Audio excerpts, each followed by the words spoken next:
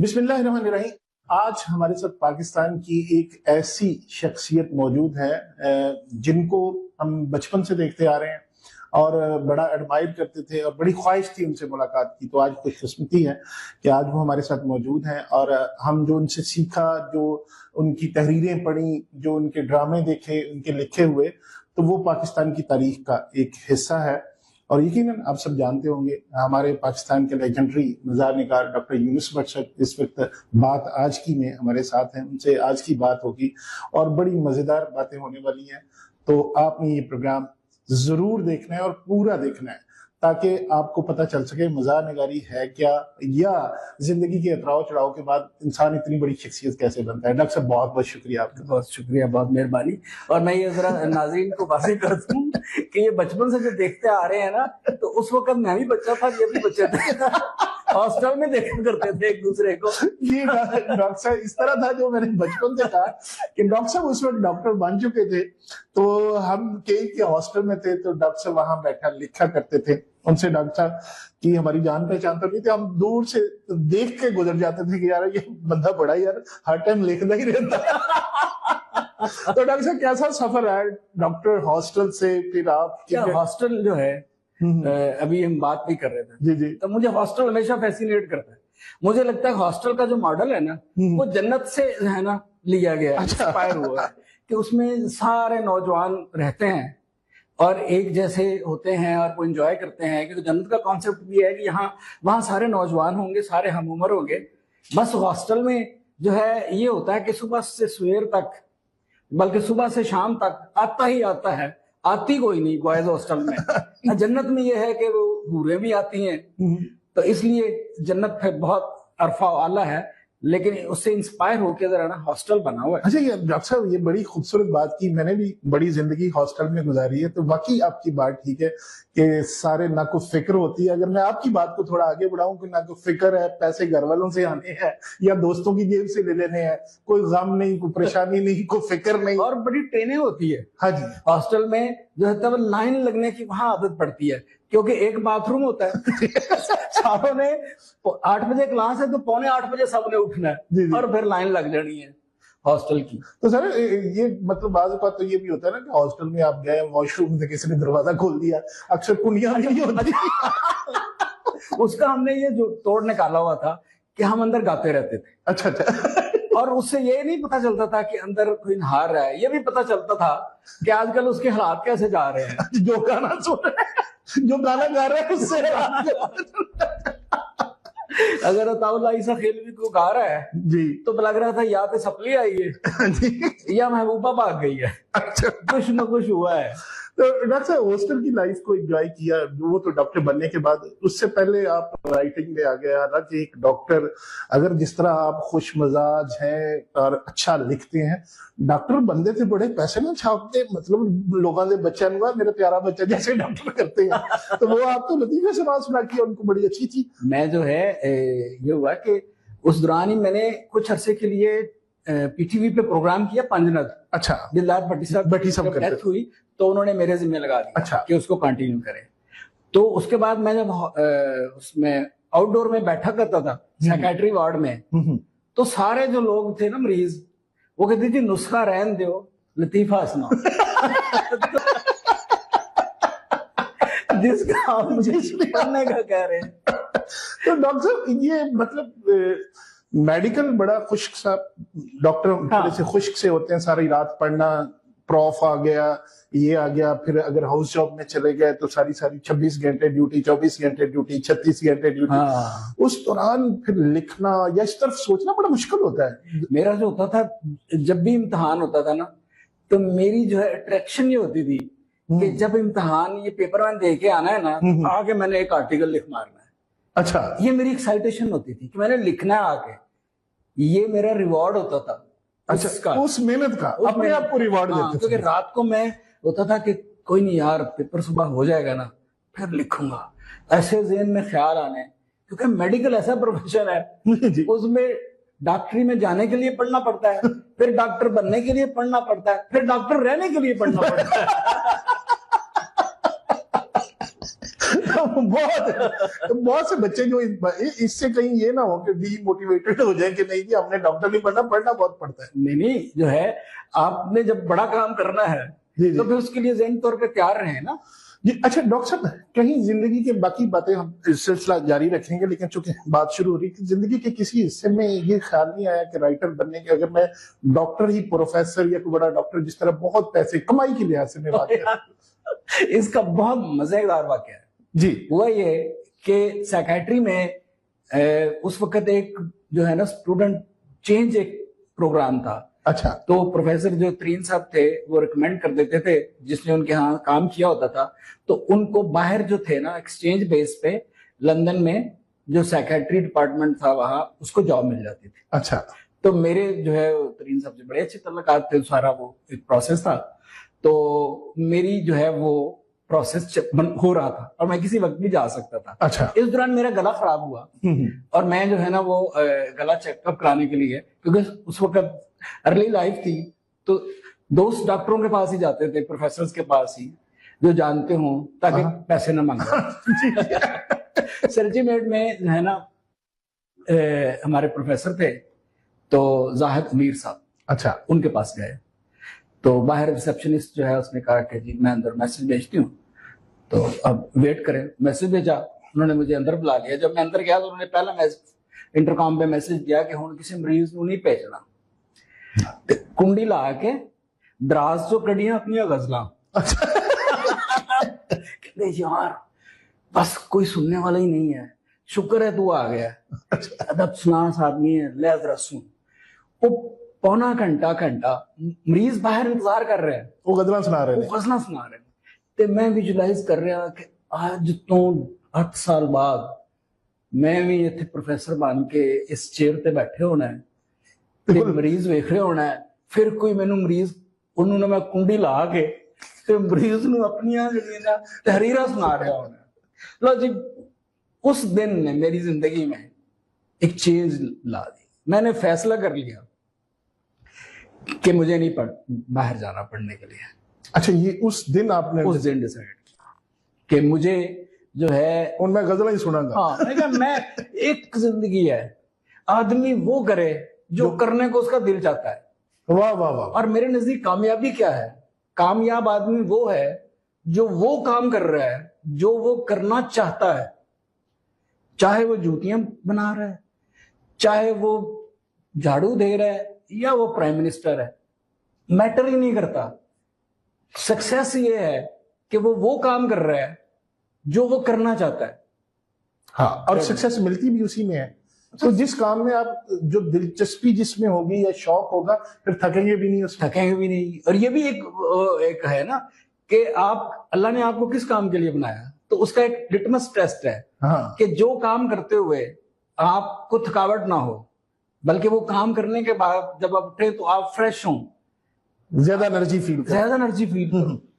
तो उस काम के लिए अल्लाह ने आपको बनाया है। सही सही। अच्छा डॉक्टर साहब, वही बात जो मैं, इसका मतलब है कि पूरी ये आपने कभी ये फील नहीं हुआ, हालांकि आपने बहुत मुश्किल काम है, आपने मेरे ख्याल 30 से ज्यादा किताबें लिखी होंगी। हाँ। तो वो इतनी किताबें लिखना वो भी तो एक मेहनत तलब काम था, और ये खासकर क्रिएटिविटी एक बड़ा मुश्किल काम है।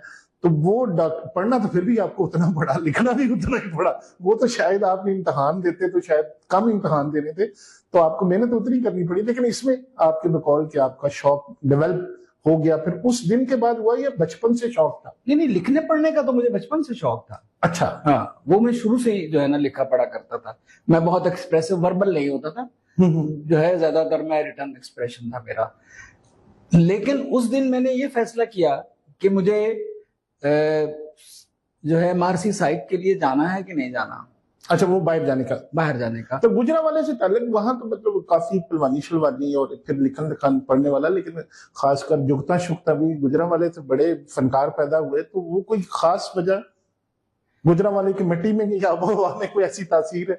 मेरा ख्याल है कि कुछ टैलेंट होता है अल्लाह की तरफ से।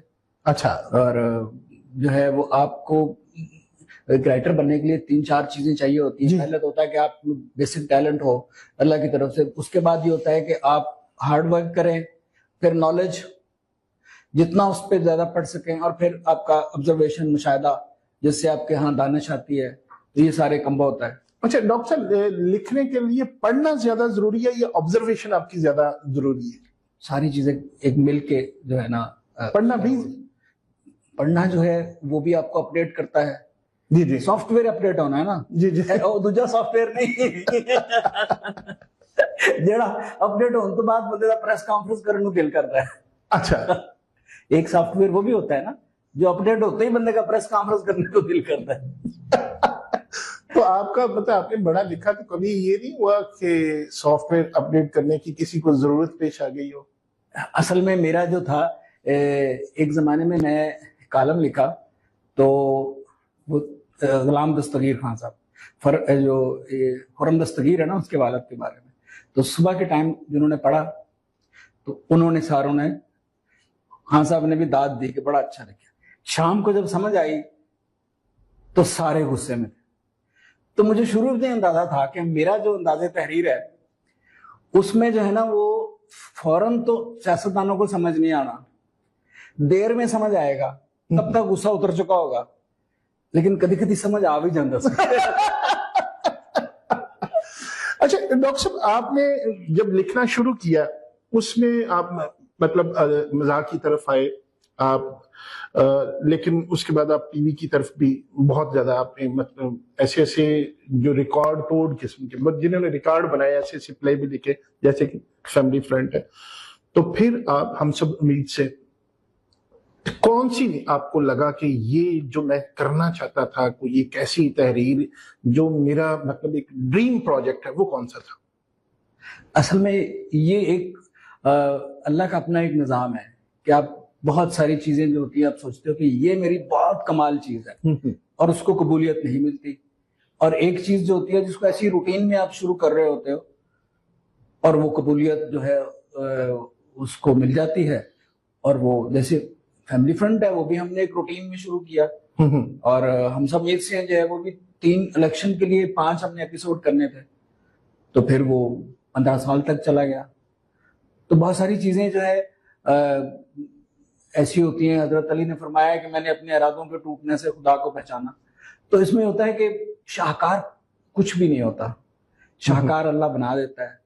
खास करके जो ड्रामा वगैरह है उसमें होता है कि टीम वर्क होता है ना, तो एक अच्छी टीम जब मिलती है और एक अच्छी टाइमिंग होती है तो एक चीज शाहकार बन जाती है।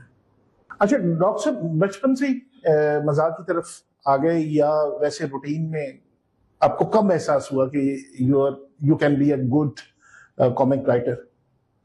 शुरू में मैंने सीरीज लिखा। अच्छा। और सीरीज लिखा जो है जिसमें एक आध सीरियल भी लिखा। एक बल्दे दीवे था जो माँ और बेटी के रिलेशनशिप पे था, वो उसको लिखते हुए मैं भी रो रहा था शूट करने वाले भी रो रहे थे और देखने वाले भी रो रहे थे। वो इस तरह की फीलिंग पे ऊपर था।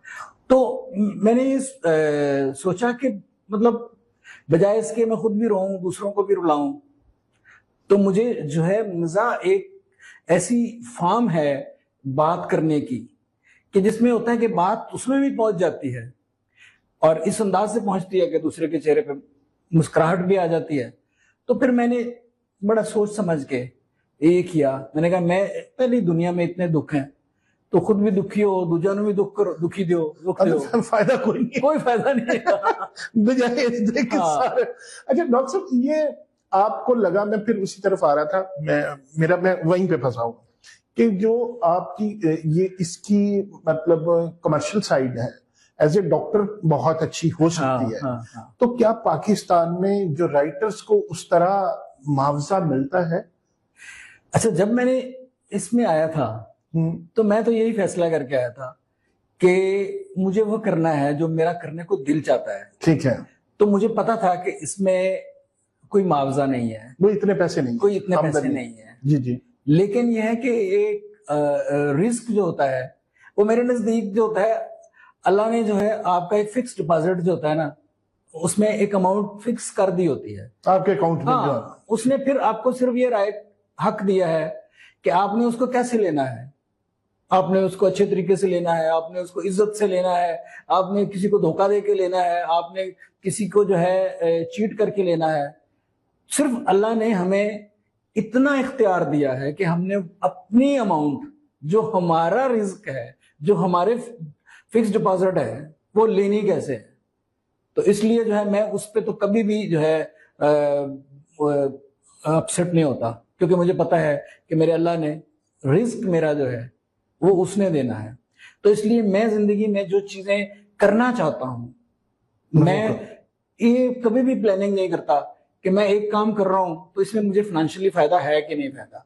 मैं सिर्फ ये देखता हूं कि मुझे ये करने में मजा आ रहा है, मैं इसको एंजॉय कर रहा हूं, ये काम मुझे रिप्रेजेंट कर रहा है, सो मैं उसको इस बेस पे करता हूं। अच्छा डॉक्टर साहब, ये बहुत, मैं इसी के बारे में एक चीज हमेशा कहता हूँ, ये मैंने पढ़ी भी है, और जो आप बात कर रहे हैं, एक राइटर है गार्डियन में लिखता है, तो उसका एक कॉलम था, उसने कहा ये हर इंसान के अंदर ना अल्लाह ताला ने एक, आपके अंदर एक खूबी ऐसी रखी होती है, आपके अंदर एक ऐसा सलाहियत रखी होती है, आपने वो पहचाननी होती है, आपने वो डिस्कवर करनी होती है कि आप किसमें आप अच्छा फील करते हैं, वही आपका सेल पॉइंट कह लो, वही आपका सक्सेस पॉइंट कह लो, वही आपकी आगे ले गया। तो वो पहचान जो है, रिकॉग्निशन उस खूबी की आपको दे, जो आप बात कर रहे हैं, जिसमें आपको मजा आए, असल बात ही वही होती है। बिल्कुल सही, बिल्कुल सही। अच्छा डॉक्टर साहब, शुरू किया आपने, उसके बाद आप आ गए कॉलम नगारी की तरफ, कैसे आए? कॉलम भी बड़े आपने लिखे। असल में मैं जो था, मेरी किताब छपी शनाख्त, उसके बाद आई शैतानिया। तो शैतानिया किताब, उसकी मैं जो है खबर, अदबी पेपर, खबर देने के लिए ना, अदबी पेज एक होता था उस जमाने में, वो देने के लिए उस वक्त रोजनामा पाकिस्तान नया नया खुला था, तो अजमल न्याजी साहब मरहूम वहां थे, तो मेरे जानने वालों में थे, तो मैं उनको खबर देने गया था। तो उन्होंने मुझे एक कमरे में बिठा दिया कि जरा वेट कर लो, मुझे कुछ अभी मैं कॉपी जोड़ के आता हूँ। तो वो कमरा जो था वो हमीद जेलमी साहब का था। अच्छा, बहुत बड़े एडिटर थे उसमें। हाँ, वो उसके एडिटर थे। तो उन्होंने मुझे पूछा कि आप कौन है, मैंने बताया, तो उन्होंने इत्तेफाक से मेरी जो शनाख्त परेड है उसके कुछ इक्तबास जो थे वो अखबार में छपे थे, वो पढ़े हुए थे। तो उन्होंने कहा कि आप जो है कॉलम क्यों नहीं लिखते। तो मैं वहां ड्यूटी खबर देने के लिए गया था, तो मेरे लिए बड़ी बात थी, मैंने कहा मैं लिख देता हूँ। उन्होंने कहा कल फिर लिख के ले आए। तो मैं कल ले आया, और वहां से उन्होंने तीसरे दिन एडिटोरियल पेज पे मेरा कॉलम छप गया। सर बड़े लोग थे जो लोगों को इनकरेज करते थे, जो लोगों को किसी में देखते थे तो कहते थे काम करें, पहचान लेते थे, बड़े लोग थे। और ऐसे लोग मेरा ख्याल अब जिंदगी में, तो अब तो लोग कोई सवाल बच्चा पूछ ले तो कहते हैं आप जाहिल है, आपको पता ही नहीं। ऐसे लोग अब आ गए हैं जो बड़े बड़े स्कॉलर है। असल में जो है ना, अब जो है स्कॉलर जो है ना, वो है डिजिटल स्कॉलर। अच्छा, उसको इल्म से कोई गर्ज नहीं है, उसको अपनी रेटिंग से गर्ज है। जी जी, इसलिए वो रेटिंग में ऐसे अल्फाज यूज करता है, ये सारे तागूत है। सर ये माशरे का बिगाड़ इस तरह, ठीक है कि डिजिटल मीडिया में तो हर बंदा राइटर भी बन गया, हर बंदा एक्टर भी बन गया, लेकिन इसमें कहीं ना कहीं किरदार वही हमारे जो नाम नहाद स्कॉलर्स हैं उनका भी नहीं है। नहीं, असल में जो है खराबी पैदा हुई, पहले जो मीडिया था उसमें हुआ कि जब रेटिंग शुरू हुई तो देखा गया कि जिस प्रोग्राम में, डिबेट के प्रोग्राम में गालिब होती है, हाँ, शाउटिंग चल जाती है, एक दूसरे को बदतमीजी करते हैं, उसकी रेटिंग बहुत ऊपर जाती है। तो नतीजा है कि प्रोग्राम में भी उन्होंने वो मुर्गे बुला के उनको लड़ाना शुरू कर दिया। जी, अब डिजिटल आया, डिजिटल में आपकी चीज वायरल वही होती है जो कंट्रोवर्सी है, और या आपने कोई ऐसी चीज जो है जो आपके नाम्स के बिल्कुल खिलाफ है, हमारी ट्रेडिशन, कस्टम के, मतलब मैं जो है अगर नॉर्मल बात कर रहा हूं तो उसको इतना नहीं होगा। अगर मैं जो है आपको कह दूं कि आप बिल्कुल जाहल हैं, बिल्कुल जो है आपको होस्टिंग ही नहीं आती, तो उस पे जो है वो थोड़े लोग चौंकेंगे। अगर इससे बड़ी कोई चीज मैं कह दूं, उससे फिर वो वायरल होना शुरू हो जाएगा। तो जितने प्रोडक्शन हाउसेज हैं डिजिटल मीडिया के, एक तो जो यूट्यूबर्स हैं उन्होंने भी उन्हीं चीजों को उछालना शुरू कर दिया, और इसी तरह डिजिटल मीडिया जो हाउसेज हैं उन्होंने भी ऐसे बंदे वो लाना चाहते हैं। ऐसी एक ब्रीड पैदा हो गई है आलमों में भी, जो है पॉलिटिशियंस में भी, सारों में, स्कॉलर्स में भी, मतलब स्कॉलर्स तो हम उनको अखलाकन कह देते हैं ना जिनको पहला जो है रुतबा ही है कि आप धीमे लहजे से बात करें, आप खंदा पेशानी से दूसरे के सवाल का जवाब दें, और फिर आप जो है वो शाउटिंग ना करें, कंट्रोवर्सीज जो है क्रिएट ना करें, सॉल्व करें। जी जी बिल्कुल। तो वो है कि ये एक बिजनेस है, रिलीजन भी एक बिजनेस बन गया। ऐसे ऐसे मौलवी आ गए, वो मौलवी जो है वो डिजिटल मीडिया पे कह रहे होते हैं कि जी जो अपनी बेटियां पढ़ाने के लिए स्कूल भेजते हैं वो दलाल है। जी जी। अब ऐसी चीजों को, वो जो एक वीडियो आई वो तो डांस कर दी पई है, वो एक यही ना। इसी तरह वो एक लियास कादरी साहब है हमारे, उनके अजीब होता खीरा काटने के इस्लामी तरीके। तो ये चीजें जो है ये सारी जो है उस पॉइंट ऑफ व्यू से चली जा रही है। बड़ा अनफॉर्चुनेट है कि इसमें हम इल्जाम, तो इसमें पब्लिक का भी तो कसूर है ना। रेटिंग जिस तरह अगर हमने पसंद किया कि इलेक्ट्रॉनिक मीडिया पे जो ट्रेडिशनल मीडिया था उसमें जो पॉलिटिकल टॉक शोज थे, उन टॉक शोज में हमने मुर्गे लड़ने वाले को रेटिंग तो हम देते हैं ना, देखने वाले देते हैं। इसी तरह अगर हम नहीं उसको डिस्करेज करेंगे या उसकी नहीं पढ़ाएंगे तो बात करनी बंद नहीं होगी। असल में बात यह है कि हमारा जो मेन स्ट्रीम मीडिया था उसने ये किया कि उस चीज को आसान समझा और ऐसे लोगों को उन्होंने प्रमोट करना शुरू कर दिया जो बहुत ज्यादा कंट्रोवर्शियल टॉक करते हैं, ऐसे होस्ट जो बहुत बदतमीजी करते हैं, बहुत शाउट करते हैं, तो उनको उन्होंने प्रमोट करना शुरू किया गया। हालांकि जो है इसी मीडिया में जो है वो शाहजेब खानजादा भी है, मतलब ऐसे लोग भी हैं जो उस पे बात करते हैं, कंटेंट पे बात करते हैं, लॉजिक से बात करते हैं, दलील से बात करते हैं, बिल्कुल ऐसे। लेकिन चैनल जो हैं उनको जो है वो उस पे नहीं देख रहे कि हम जो कुछ कर रहे हैं। भाई एक बड़ा चैनल जो है उसने ऐसा शो शुरू किया जिसमें जुमैनी अल्फाज पहली दफा टीवी पे आना शुरू हो गए। अब जाहिर है वो लोग दूसरे चैनल सारे उसको फॉलो करते हैं, तो दूसरे चैनल्स में भी वही मैटर आना शुरू हो गया। आपने खलील रहमान साहब के साथ काम किया, जो कल परसों जिस तरह वो बोलते हैं या जिस तरह वो बात कर रहे हैं, रियल जिंदगी में भी ऐसे ही है? खलील साहब के साथ जो है ना मेरी जो दोस्ती है वो उसकी उनकी तहरीरों के हवाले से है, और वैसे भी जो है मेरे साथ हमेशा बड़ा एक रिस्पेक्ट का रिलेशन रहा है। मैं ज्यादा टाइम तो नहीं उनके साथ स्पेंड किया। तो ये आपने इसको कैसा है, अगर आप नहीं जवाब बताना चाहिए, जिस तरह ये औरतों के बारे में कहते हैं कि आप जाहिल हो, फलां हो, बड़े गुस्से वाले, और खासकर वो बड़ा डिस्क्रिमिनेट करते हैं इस मामले में, तो वो ठीक है। इस तरह एक बंदा वेल नोन राइटर हो और उसको ऐसी बातें करनी चाहिए। दरअसल एक आदमी जो है उसकी अपनी एक राय है ना, उसकी एक राय से क्या फर्क पड़ जाता है। लेकिन वही राय जो इस तरह की, वो जो आपने अभी थोड़ी देर पहले कहा कि अगर वो इस तरह की बात करते वो ज्यादा वायरल हो जाती है, यही फर्क पड़ता है। यही मसला है कि ऐसी ही चीजें जो है वो पब्लिक को चाहिए, ऐसी ही चीजें जो है तो इसका मतलब वो ठीक मीडिया को चाहिए। वो जो है उस डिमांड के तहत शायद जो है वो बहुत एक्सीलेंट चॉइस है। अगर आपने ये देखना है तो फिर ठीक है, वो बिल्कुल मतलब यह है कि वैसे तो एक कोई भी आदमी एक राय देता है कि 95% औरतें जाहिल हैं, तो आजादी राय के मुताबिक उस एक आदमी की उसको राय देने का हक है। वो कह देता है कि जी फलां आदमी इंसान नहीं है, तो उसको हक है ये कहने का, लेकिन वो एक आदमी की राय है ना। हाँ, आप उसे डिग्री। तो आपके ख्याल में वाकई 95% औरतें जाहिल हैं आपके ख्याल में? देखिए मेरे नजदीक जो है तो औरत जो है, क्योंकि इंसान जो है सबसे पहली औरत जो है वो पहला मर्द थी जी, और उसके बाद जितने भी मर्द हैं वो पहले औरत होते हैं। दोबारा कहिएगा। जितने भी मर्द हैं जी वो पहले औरत होते हैं। सबसे पहला मर्द जो था उससे औरत बनी, ठीक है, बाकी जितने भी मर्द हैं उस औरत से बने। जी क्लियर हुआ? हाँ जी जी जी। सो इसमें है कि बहुत डिफरेंशिएशन जो है वो कोई नहीं है मर्द और औरत की। ठीक है, अकल जो देता है वो अल्लाह देता है, कितनी जो है उसको उसके डीएनए में जहानत है, उसके बाद दूसरी चीजें मैटर कर रही होती हैं।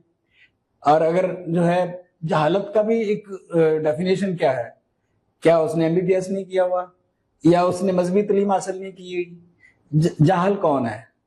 या वो शाउट कर रही है, शाउट करने वाला भी तो जाहल ही होता है ना जी। सो ये एक ऐसी चीज है, ऐसे ही है, कोई भी किसी के बारे में कुछ भी बोल देता है।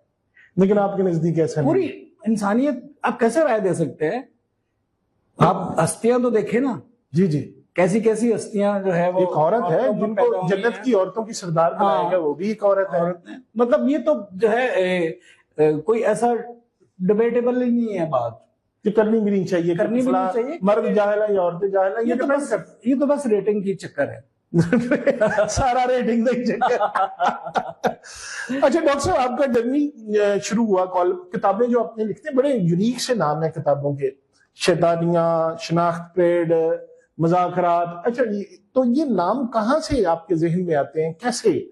मतलब कोई खास एक वक्त होता है या उसके लिए कुछ पढ़ते हैं या बस ऐसे ही? नहीं, मेरा जो है शुरू से ही जो राइटिंग एक स्टाइल था उसमें होता था कि लफ्ज जो है मेरे नजदीक में लफ्ज के अंदर एक खजाना है, उसको निकाला जाए। तो शुरू से ही मैं लफ्जों को जो है ना तोड़ फोड़ करता रहता था और उसी से मिलते जुलते कुछ किताबों के नाम है। पहले तो मेरा राइटिंग स्टाइल पूरा ये वैसे जहालत तरह का लफ्जों को तोड़ना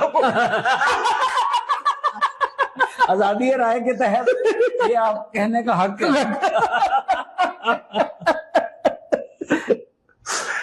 एक दोस्त ने मुझे कहा फोन करके कि फलां मज़ाहनगार जो है उन्होंने कुछ नाम मज़ाहनगारों के लिखे हैं तो उसमें आपका नाम नहीं है।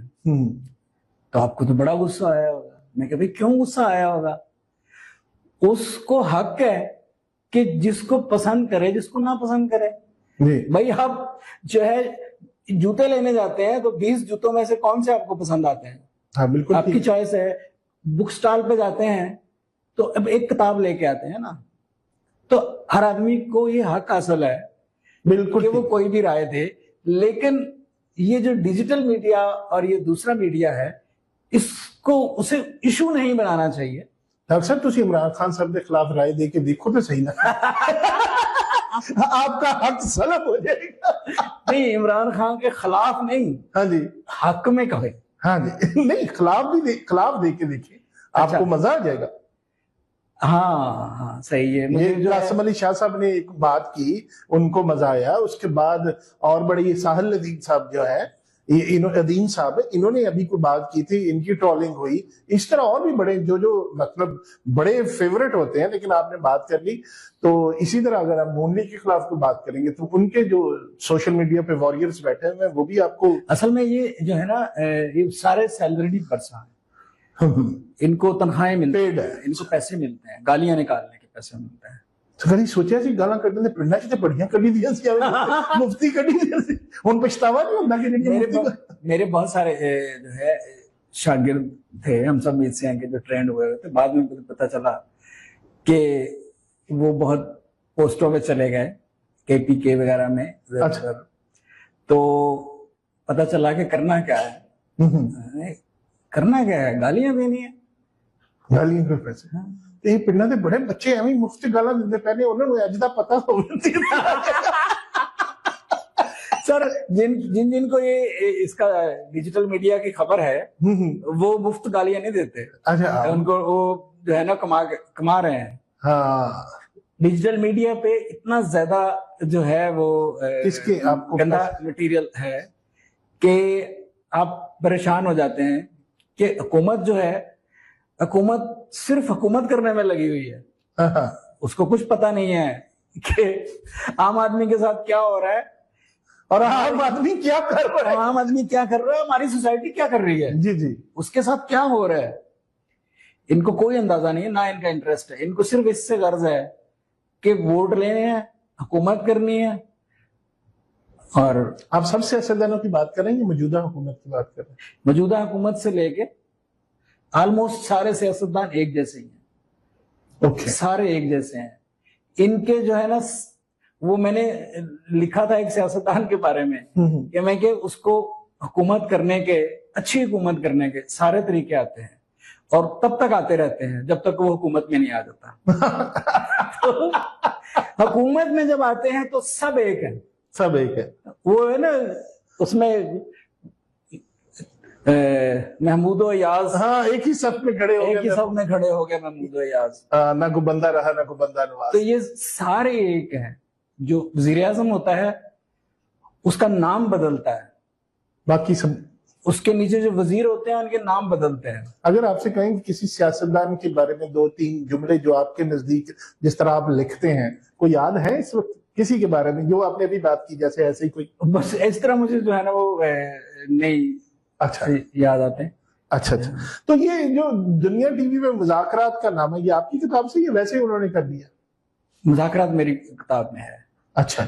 हाँ, उसका कोई बाप था वहीं से? उसका बाप था। अच्छा। अब ये मुझे नहीं पता, उन्होंने वहीं से, क्योंकि वो बहुत पहले की लिखी हुई किताब है। हाँ। तो ये बाद प्रोग्राम तो बहुत बाद में शुरू हुआ है। अच्छा, अभी मैं उससे शुरू करूंगा, तो उसके बाद फिर हम जो सारे प्रोग्राम चल रहे हैं इन पे भी डिस्कशन करेंगे। डॉक्टर साहब, हम सब उम्मीद से शुरू किया, तो जो जिस तरह इसकी आखिरी जो हफ्ते में 2 दिन भी चला बाद में और बड़ा पॉपुलर हुआ, तो इसका आगाज कैसे हुआ? तो और आपने क्या यही प्लान किया हुआ था या कुछ और था, बनते बनते ये बन गया? असल में जो शुरू किया था, मैंने कुछ करेक्टर स्केचेस लिखे थे पॉलिटिशियंस के। जी। तो उन पे बेस करके हमने 5 एपिसोड करने थे। लेकिन जब प्रोग्राम किए उसके बाद फिर मुझे ये अंदाजा हुआ कि अगर एक ही पर्सन पे हम करते हैं घंटा या आधा घंटा, तो वो उसके साथ जो होता है ना ज्यादती हो जाती है। और समटाइम्स जो होता है आपका कंटेंट जो होता है उसमें बहुत उसको फील होता है। तो फिर उसका फॉर्मेट मैंने ऐसा कर दिया कि उसमें सभी लोगों के बारे में एक एक 2-2 चीज होती थी ताकि बैलेंस रहे। और मेरा जो है, मैं ये जितने साल भी चला प्रोग्राम, उस पे ये इतराज किसी ने नहीं किया कि फलां ग्रुप या फलां पार्टी किस सपोर्ट में है। तो मेरा होता था कि मैं बैलेंस रखता था। और इवन के मैंने अपने जो कैरेक्टर्स थे उन पे बैन किया हुआ था कि वो उस गेटअप में पब्लिक में नहीं जा सकते, क्योंकि मैं सिर्फ जो सियासतदान कहते थे और जो करते थे सिर्फ उन पे कमेंट करता था। मैं उनकी पर्सनैलिटीज पे नहीं कमेंट करता था, जातियात पे नहीं, और ना उनको जो है मजाक का निशाना। कभी किसी सियासतदान ने मजाक इसका इतराज भी किया कि ये गलत किया, किसी तरह से शिकायत या जी चले प्रेस कॉन्फ्रेंस करें आपने हमारे खिलाफ? वो तो नहीं होता। नहीं, ऐसा तो नहीं हुआ।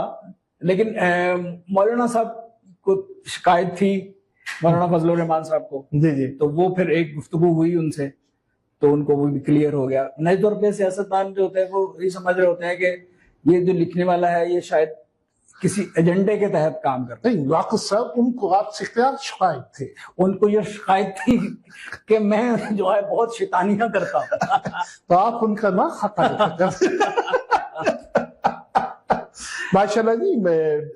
आपने उनका जाहिर है फिर बाद में क्या किया कि वो बंद कर दिया, या जो जिस बारे में उनको शिकायत थी वो बंद? नहीं, चीजें जो होती है बेसिक कुछ होती हैं जिनमें कोई मसला नहीं होता, सिर्फ कम्युनिकेशन गैप होता है। जी। जब आप उनको कम्युनिकेट कर देते हैं कि ऐसा मसला नहीं है, आप हमारे हदफ नहीं है, तो बाद में फिर आपने हम सब नीचे जियो पे दोबारा शुरू किया। हाँ, तो कितने साल किया वहां? मेरा ख्याल है 4-5 साल तो किया होगा। अच्छा, फिर वहां से खत्म किया। तो आजकल क्या चल रहा है? आजकल कुछ सीरियल्स। अच्छा। तो अब वापस जो है हम संगीत से की तरफ किसी वक्त भी जा सकते हैं, किसी वक्त भी जा सकते हैं। तो इस पे मैंने पूरा होमवर्क किया हुआ है। लुक लाइक्स मिल गए? लुक लाइक्स पे नहीं जा रहा मैं। अच्छा, हाँ। अब किस तरह? इस दफा और गेम खेल रहा हूँ। क्या आपको बताना नहीं है? पिछली दफा जो था मैंने लुक लाइक्स पे खेला तो परफॉर्मेंस थोड़ी वीक थी। ठीक है। अब मैं परफॉर्मेंस पे खेलूंगा और कंटेंट पे खेलूंगा। कंटेंट पे खेलेंगे, ठीक है। तो किस टीवी चैनल पे? अभी नहीं बताना। जिस पे भी जो है, जो पैसे लगाएगा जो बोली लगाएगा। तो ज्यादा महंगा तो नहीं है? हो सकता है हम भी किसी को रेफर करें। नहीं, महंगा नहीं है। अच्छा। क्योंकि बेसिक होता है कि महंगा सिर्फ दिमाग होना चाहिए। सही है। लोग दिमाग महंगा नहीं लेते, लोग कहते हैं कि दिमाग की खैर है तो दिमाग तो साढ़े को भी है। क्योंकि आजकल जो है आपको कोई भी प्रोग्राम है उसको ऐसा बनाना है कि वो मौजूदा हालात में चल सके। अदरवाइज होता है कि वो फिर 6 महीने और 1 साल के बाद जो लॉस में होते हैं वो अल्टीमेटली बंद करने पड़ते हैं। जाहिर है, फिर आपका भी नुकसान है। आपके एक फेलियर का आपके साथ भी एक वो धब्बा लग जाता है। तो करना ही वो चाहिए जो अगला भी 2 साल 3 साल चला सके। कम से कम 10 साल तो चलाए। मतलब उसकी प्लानिंग और बजट पे वर्क इस तरह ही होना चाहिए। 10 साल चले, ठीक। अच्छा डॉक्टर साहब, ये हमारे जो राइटर्स हैं, ये कॉमेडी लिखने वाले, पाकिस्तान में क्या दिमाग जरखेज नहीं है? हमने देखा है इंडिया की बहुत सी कॉमेडी फिल्में हैं, बहुत से ड्रामे हैं, as compare to other countries हमारे कम हैं। फिल्में तो बिल्कुल ही नहीं इस तरह की बनती। हमारे दिमाग बड़े जरखेज हैं। वजह क्या? लेकिन हम उनको वही जो है, जो आपने पहले कहा था कि वो हायर करने के बाद उनको कहते हैं ये लिखें। हाँ। और दूसरा ये है कि कॉमेडी जो है उसको लिखने के लिए जितनी मेहनत लगती है उतना ही जो है ना, इस वक्त हमारे चैनल जो हैं वो इतना बजट अफोर्ड नहीं कर पाते। इंडिया जो है, इंडिया में इवन कपिल शर्मा शो है तो उसमें जो हर करेक्टर है उसके अपने राइटर्स हैं। ओके। जो उसके लिए लिखते हैं, सिर्फ उसी के लिए उसके लिए लिखते हैं। अच्छा, फिल्मों की तरफ आ जाए डॉक्टर साहब। पंजाबी फिल्में इंडिया की बहुत बनती हैं, बड़ी हिट होती हैं। कैरी ऑन जट्टा, फ्लांश, इस तरह की हमने भी देखने जाते हैं। तो वो चले बहुत इंडिया की, अगर हम एक बात करें कि पॉपुलेशन बहुत ज्यादा, इस वजह से फिल्में देखी बढ़ जाती हैं। चले पंजाबी की तो वो पंजाब की हद तक या दूसरे मुल्कों में देखी जाती है, पाकिस्तान में क्यों नहीं बनती? इसकी वजह क्या है? प्रोड्यूसर नहीं है। पाकिस्तान में जो है बहुत अच्छी फिल्में बन सकती हैं पंजाबी की, कॉमेडी की, लेकिन प्रॉब्लम यह है कि एक प्रोड्यूसर होगा, वो एक फिल्म बनाएगा, फिर उससे लर्न करेगा, फिर अगली फिल्म उससे बेहतर बनाएगा, उससे बेहतर बनाएगा। रेगुलर जो है वो नहीं है कोई भी प्रोड्यूसर। वो शौकिया बनाते हैं और वो एक में ही सब कुछ लुटा जाते हैं, क्योंकि उसने खुद ही लिखनी होती है, खुद ही उसमें हीरो आना होता है, खुद ही जो है वो अपने गिर्द घुमा के डायरेक्शन भी खुद ही कर लेते हैं। हालांकि फिल्में बने, जिस तरह ये मौला जट जो नई बनी थी उसमें बड़े पैसे कमाए उन्होंने, सुना है। तो ये फिर भी इसके बावजूद लोग इस तरफ क्यों नहीं जो है वो वही ना, सीरियस फिल्म साज नहीं है। शौकिया आते हैं, वो एक एक बनाते हैं। अब उसको भी जो है मौला जट वाले को भी रेगुलर बनानी चाहिए थी ना, तो वो उसने भी रेगुलर नहीं बनाई। सो फिल्म जो है जब तक रेगुलर नहीं बनेगी, इंडिया में भी जितनी पंजाबी फिल्में बन रही हैं तो उनके वो प्रोड्यूसर्स हैं जो एक टाइप की फिल्में बनाई जा रहे हैं, और जब आप बनाते हैं तो फिर जो होता है वो आप पब्लिक एंगेज होना शुरू हो जाती है, टीम बन जाती है। डॉक्टर साहब, बहुत सारे ममालिक में ये होता है कि एक ग्रुप बन जाते हैं राइटर्स का या आर्टिस्ट का। तो आपके कभी ज़हन में नहीं आया कि हम जो कॉमेडी लिखने वाले हैं, लोगों को हंसाने वाले, डिप्रेशन ज़्यादा कौम के लिए, इस तरह लोगों को इकट्ठे करें? बेचारे मारे मारे फिर रहे हैं, तो कोई एक जगह पे इकट्ठे करें, फिर उसी को आगे लेके चले, उनको काम भी दिलवाएं। ये बड़ा अच्छा आइडिया है। हम सब मीत सिंह के दिनों में तो मैंने बहुत सारे जो थे एक टीम क्रिएट की थी, क्योंकि मुझे जो है चैनल वालों ने, जियो कॉमेडी जो चैनल लॉन्च करना था, तो उसके लिए जो है मुझे उन्होंने कहा था। तो मेरे ज़हन में था कि सबसे पहले किसी भी कॉमेडी के लिए कॉमेडी लिखने वाले होने चाहिए जी। तो वो मैंने ट्रेन करके, वो जो इंटर्नीज लेते थे उनको फिर थोड़ा ट्रेन करके फिर उनको जॉब्स देते थे और उनसे काम हम करवाते थे। तो मेरे ख्याल बड़ा अच्छा आइडिया है, हम इस पे वर्क करते हैं। क्योंकि जो है दरमियान में जियो ने एक आइडिया भी फ्लोट किया कि हम कॉमेडी ट्रेनिंग वर्कशॉप्स आप करें मुख्तलिफ शहरों में, ताकि वहाँ का जो टैलेंट है वो राइटर्स, इवन एक्टर्स, मेनली जो से राइटिंग से रिलेटेड है, क्योंकि कोई इस वक्त जो है सिटकॉम राइटिंग या कॉमेडी राइटिंग जो है वो कोई पढ़ाई तो जा नहीं रही, कोई है नहीं यहाँ, तो इस तरह का सिस्टम होना चाहिए। उस वक्त तो शायद मैं ओवरवर्क था और फिर मुझे ट्रैवलिंग से जरा जान जाती है, तो मैंने कहा नहीं अभी जो है ना, नहीं तो मेरा ख्याल है हम जो है, आप भी मजा लिखते हैं, इस पे वर्क करते हैं जी। अच्छा डॉक्टर साहब, जो नए राइटर्स इस तरफ आना चाहते हैं, लिखना चाहते हैं, उनके लिए क्या सजेस्ट करते हैं? पहले जो किताबें जो आपने लिखी हुई हैं या और मज़ार निगारों ने लिखी हैं वो पढ़े? देखिए अभी जो है ना जो पंच लाइन होती है ना, विद टाइम चेंज होती रहती है। तो आज की पंच लाइन जो है, चूंकि इसमें रेलेवेंसी जो होती है वो इर्द गिर्द के सर्कमस्टांसेस होते हैं। बेसिक उन्हें पंच लाइन बनाना और जोक बनाना ये सीखना है। वो वाला जो फॉर्मेट थे पुराने, वो एक जो होता है, आप उनको पढ़ेंगे तो आपको अच्छा लगेगा, आपको जो है आप लर्निंग प्रोसेस भी होगा, लेकिन मजा जो है वो विद टाइम चेंज होता रहता है। जिस तरह हमारे बहुत अच्छे आर्टिस्ट थे, इमानुल्लाह साहब थे, अभी सुहेल अहमद साहब है, ये बड़े फिल्बदी, बड़े अच्छा मजाक कहते हैं, और इस तरह अब लोग कम नहीं हो गए इस फील्ड में आने वाले, मतलब इस तरह के आर्टिस्ट? असल में ये लोग आए हैं थिएटर के, और थिएटर उस वक्त होता था वो मजाक पे चलता था।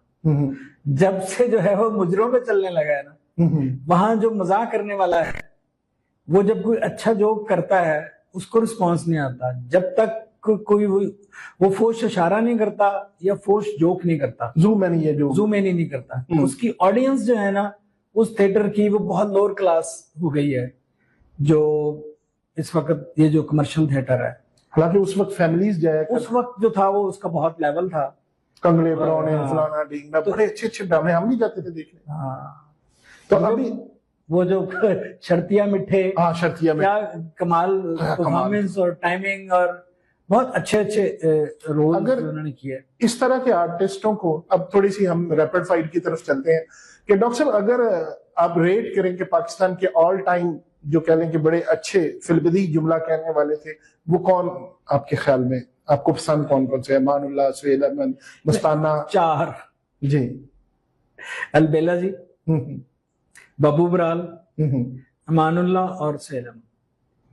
अब इनमें कैटेगरीज करना मुझे नहीं आता, क्योंकि मुझे जब हम कैटेगराइज करते हैं तो फिर आपको क्या पसंद है वो मेनली उस पे आ जाता है। तो इसमें मुझे जो है, मैं अगर करूंगा तो बाबू बराल और अलबेला जो है उनको शायद पहले कर लूं, मानुल्लाह साहब को तीसरा कर लूं, चौथा सुहेल साहब को कर लूं। मतलब जो होता है ये उनके लेवल की नहीं होते, उनके लेवल पे कोई फर्क नहीं पड़ेगा, ये सिर्फ आपकी अपनी चॉइस होती है। तो वाकई आफ्ताब इकबाल ने एक ट्रेंड दिया नया, क्लेम करते हैं। एक चीज उन्होंने बनाई, वो लोगों ने पसंद की। अब जो है अगर लोग समझते हैं कि वो एक ट्रेंड जो इस वक्त चल रहा है, वो पुराना जो इंडिया से, वो इंग्लैंड से चल रहा था, माइंड योर लैंग्वेज, उसी की कॉपी नहीं थी? नहीं, माइंड योर लैंग्वेज की कॉपी नहीं थी। अच्छा। नहीं, आप कौन सी चीजें, उनके किसी सेगमेंट की स्पेसिफिक बात कर रहे हैं? हस्बे हाल की स्टार्ट, हस्बे हाल जो था, हस्बे हाल मुझे लगता है कि शायद उन्होंने अपना जो कॉलम था, हाँ, उसी के नाम, उसी को ड्रामेटाइज कर लिया। उसमें एक अजीजी कैरेक्टर था जो इस तरह की बातें करता था। जी जी जी जी। तो यानी जेन्युइन उनका आइडिया था। तो उसमें होता है कि हम एक जेन्युइनली सोचते हैं। जी जी। एक चीज मैं सोच रहा हूं वो क्रिएटिवली नहीं होती है, लेकिन जब आप दुनिया में देखते हैं तो कुछ ना कुछ हुआ, तो कहीं ना कहीं कुछ हुआ होता है। एक वैसे भी तहकीक कहती है कि एक वक्त में तकरीबन 10,000 से ज्यादा लोग एक ही टाइम पे सोच रहे होते हैं। अच्छा, अगर आपको कहा जाए कि नया एक कानून पाकिस्तान में आप बना सकते हैं, कौन सा कानून बनाएंगे? मैं जो है ना झूठ बोलना बंद करना, कि एक नया लॉ बनाते हैं। अच्छा, तो सियासतदान आपको कौन सा पसंद है इस मौजूदा नहीं, जब झूठ बोलना बंद हो गया तो सियासतदान रह ही कुछ नहीं, कौन सा सियासतदान पसंद है? देखिए, मैं जो होता ना, मुझे सियासतदान, जब मैंने 15 साल काम किया ना सियासतदानों पे, मैं इस चीज के खिलाफ हूं कि आप सियासतदानों को पसंद करते हैं। आप उनके काम को पसंद करें, ओके, उनके जो काम नहीं पसंद उनको ना पसंद करें। मैं शख्सियत प्रस्ती ना करें। मैं कोई जो है पॉलिटिकल वर्कर हूं कि मुझे मेरा लीडर कह के ए काला है, कवा चिट्टा है, तो मैं चिट्टा ही कहना है। पाकिस्तान का सबसे अच्छा आर्टिस्ट इस वक्त कौन सा? किस हवाले से? ड्रामा इंडस्ट्री का एज ए आर्टिस्ट, एक्टर कौन सा अच्छा? परफॉर्मर जो है, जी, परफॉर्मर्स जो है अब मुख्तलिफ रोल्स में डिफरेंट लोग हैं। मसलन नुमान एजाज है, हुमायूं सईद है, नए में भी क्या नाम है उसका, वहाज है, कौन सा पसंद? मतलब इनमें जो है वर्सटैलिटी और उसके हिसाब से तो नुमान उस पे नंबर 1 पे आता है। अच्छा, लेकिन नुमान की जो एक चीज जो है मुझे भी पसंद नहीं है वो ये है कि वो जो है लाइनें जो है ना वो नहीं एग्जैक्ट बोल पाता, तो लिखी होती है। हाँ, तो मेरी लाइनें जो होती हैं उनमें, मेरा उसने सिर्फ एक ही ड्रामा किया बहुत जमाने में पहले, तो उसमें मैं जब अपनी लाइनों का कत्लेआम देखा तो फिर उसके बाद मैं जो है वो खामोश हो गया। उसके बाद मैंने उसके साथ नहीं काम किया। अच्छा, तो आर्टिस्ट, एक्ट्रेस कौन सी पाकिस्तान की आप रेट करते हैं कि ये 2-3 बड़ी अच्छी एक्ट्रेस हैं? उसमें फिर वही आ जाता है, जिन लोगों के साथ आपने काम किया होता है उनके बारे में आपकी बेहतर राय होती है। जिन लोगों के साथ काम नहीं किया होता आपको अंदाजा नहीं होता कि वो कितनी एक्सटेंट तक उनमें एबिलिटी है। वैसे जो होता है वो तो पॉपुलैरिटी का हिसाब तो पब्लिक की बता सकती है। तो मुझे सभा में जो है ना बहुत ज्यादा जो है क्रिएटिव पोटेंशियल है मौजूदा सभा कमर। अच्छा, तो डॉक्टर साहब आखिरी को मैसेज नए राइटर्स के लिए, टेलीविजन के लिए को देना चाहे? यही मैसेज है कि यार दूसरे ने मैसेज आते न रहना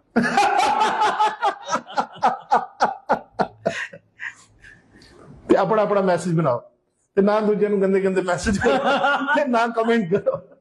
thank you very much doctor साहब, आज बड़ा मजा आया और यकीनन हम देखेंगे कि आने वाले किसी बड़े चैनल पे डॉक्टर साहब का कोई बड़ा प्रोजेक्ट शुरू होगा और यकीनन डॉक्टर साहब असली प्रोग्राम कितने के पीछे होंगे।